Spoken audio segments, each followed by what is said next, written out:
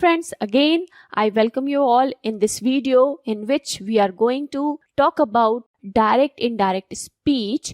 आज की इस वीडियो में हम बात करेंगे यदि जो कही गई बात है वो यदि प्रेजेंट कंटिन्यूअस में हो, पास्ट कंटिन्यूअस में हो और फ्यूचर कंटिन्यूअस में हो, तब उसमें क्या क्या चेंजेस होंगे और किस तरीके से हम उन कही हुई डायरेक्ट बातों को इनडायरेक्ट में कन्वर्ट करेंगे। तो चलिए शुरू करते हैं। सबसे पहले देखिए हम बात करेंगे जब direct speech is in present continuous और हमारा जो रिपोर्टिंग वर्ब होगा वो अगेन यदि पास्ट में हो तब हम क्या करें। देखिए सेंटेंस लिखा है आई एम प्लेइंग क्रिकेट। कौन कह रहा है? ये थर्ड पर्सन में मेल। तो ये तो हमें प्रैक्टिस हो गई है कि हमें यहाँ पर क्या प्रोनाउन यूज करना है, ये तो क्लियर है, ही, राइट। अब ही के बाद क्या आएगा रिपोर्टिंग वर्ब? सेड। उसके बाद दैट। यहां तक तो हमें चीजें क्लियर है। अब बस ये देखना है कि जो कहा गया सेंटेंस है वो किस टेंस में कन्वर्ट होगा। जैसे ये प्रेजेंट कंटिन्यूअस में है तो ये हो जाएगा पास्ट कंटिन्यूअस में। ओके, तो क्या होगा? He said that he was playing cricket, right? Next देख लीजिए I am living in Mumbai. अब कहने वाला जो पर्सन है थर्ड पर्सन वो फीमेल है तो क्या यूज होगा? Yes, you all know that she said that she was living in Mumbai. तो हम क्या कर रहे हैं? प्रेजेंट कंटिन्यूअस का जो सेंटेंस है उसको पास्ट कंटिन्यूअस में चेंज कर रहे हैं, राइट फ्रेंड्स। नेक्स्ट देखिए I am reading a book. So again third person male, so you will use he said that he was reading a book. Next again क्या लेंगे? he, okay और present continuous है तो past continuous में क्या हो जाएगा? वो आई एम का हो जाएगा he was, राइट। तो क्या होगा? He said that he was getting up early morning. Next, I am teaching mathematics. तो डायरेक्ट में कहा उसने कि मैं मैथमेटिक्स पढ़ा रहा हूं। तो आप क्या कहेंगे? आपका इनडायरेक्ट वे क्या होगा? उसने कहा कि वह गणित पढ़ा रहा था या मैथ्स पढ़ा रहा था। Yes, he said that he was teaching mathematics. Past continuous की बात करते हैं। प्रेजेंट के हमने बहुत सारे एग्जाम्पल देखे। अब यदि आपको पास्ट कंटिन्यूअस में बैक शिफ्टिंग करनी है तो प्रॉब्लम ये कि पास्ट का और बैक क्या होगा। तो इस सिचुएशन में हम क्या करते हैं, जैसे हमने पास्ट सिंपल में किया था, पास्ट सिंपल को हमने पास्ट परफेक्ट में किया था तो पास्ट कंटिन्यूअस किस में होगा? पास्ट परफेक्ट कंटिन्यूअस में, राइट। चलिए एग्जाम्पल से क्लियर करते हैं।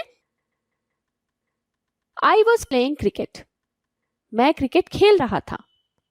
अब इस बात को बताना है किसी को कि वह क्रिकेट खेल रहा था।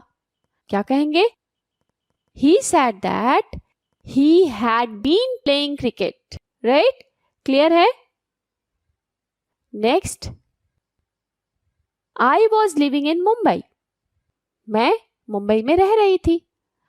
तो अब इसके लिए आपका इनडायरेक्ट स्पीच क्या बनेगा? पास्ट कंटिन्यूअस का पास्ट परफेक्ट कंटिन्यूअस, राइट। तो क्या बनाएंगे sentence? She said that she had been living in Mumbai. Clear? चलिए फ्रेंड्स, अब देखते हैं वो केस जिसमें कही गई बात फ्यूचर कंटिन्यूअस में हो, यानी कि रिपोर्टेड स्पीच फ्यूचर कंटिन्यूअस में है और आपका रिपोर्टिंग वर्ब पास्ट टेंस में है। तब हमें उसे इनडायरेक्ट स्पीच में कैसे कन्वर्ट करना है, या फिर ये कहें कि वो बात आप किसी और को कैसे अपनी भाषा में या अपने लैंग्वेज में बताएंगे। ओके, तो क्या है यहाँ पर देखिए पहला example, I will be waiting for you. तो यहाँ पर सब्जेक्ट आप समझ ही गए होंगे, हमने इतनी सारी प्रैक्टिस की है डायरेक्ट इनडायरेक्ट की। लेकिन यहाँ पर क्योंकि ये फ्यूचर कंटिन्यूअस में है तो जब आप इसे किसी और को बताएंगे इस बात को, तो आपको सिंपली इतना करना है, विल जो है वो क्या बन जाएगा? वुड। सब्जेक्ट तो चेंज होगा अकॉर्डिंग, लेकिन विल का हो जाएगा वुड। और यही सेम चीज हमने फ्यूचर सिंपल में भी की थी। So it is very simple here also. Just आप विल को क्या लिख दीजिए? वुड लिख दीजिए। बाकी सारी जो बात है वो आप एज इट इज कह देंगे। तो ही आ जाएगा subject, he said that he would be waiting for me. Okay, क्योंकि जो बात उन्होंने कही वो आपसे कही थी, आप वहां पर सेकेंड पर्सन के रूप में थे, यू यहाँ पर आपके लिए आया हुआ है। तो जब आप किसी और को बताएंगे तो उस वक्त क्योंकि आप खुद कह रहे हैं तो आप उस वक्त क्या कहेंगे, फॉर मी। नेक्स्ट देखिए,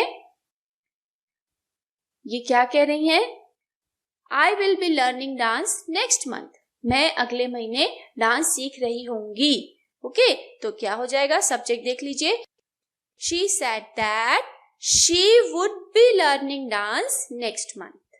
क्लियर है।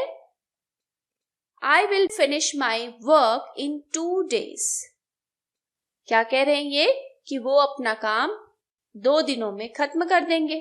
ओके, तो अब यहां पर ये तो फ्यूचर सिंपल है, तो ये हो जाएगा he said that he would finish his work in 2 days। Friends, हमने प्रेजेंट कंटिन्यूअस, पास्ट कंटिन्यूअस और फ्यूचर कंटिन्यूअस तीनों के केसेस देखे हैं रिपोर्टेड स्पीच में। यानी जब भी कही गई बात इन तीनों में से किसी टेंस में होगी तो आप उसे किसी और को अपने शब्दों में कैसे बताएंगे, ये आपने अभी तक देखा। अब टाइम है प्रैक्टिस का। अब आपको सोचकर आंसर करते जाना है, उसे मिलाते जाना है, तब आप समझ जाएंगे कि आपने कितना सीखा। ओके, देखिए सबसे पहले क्या लिखा है, I am going to the garden.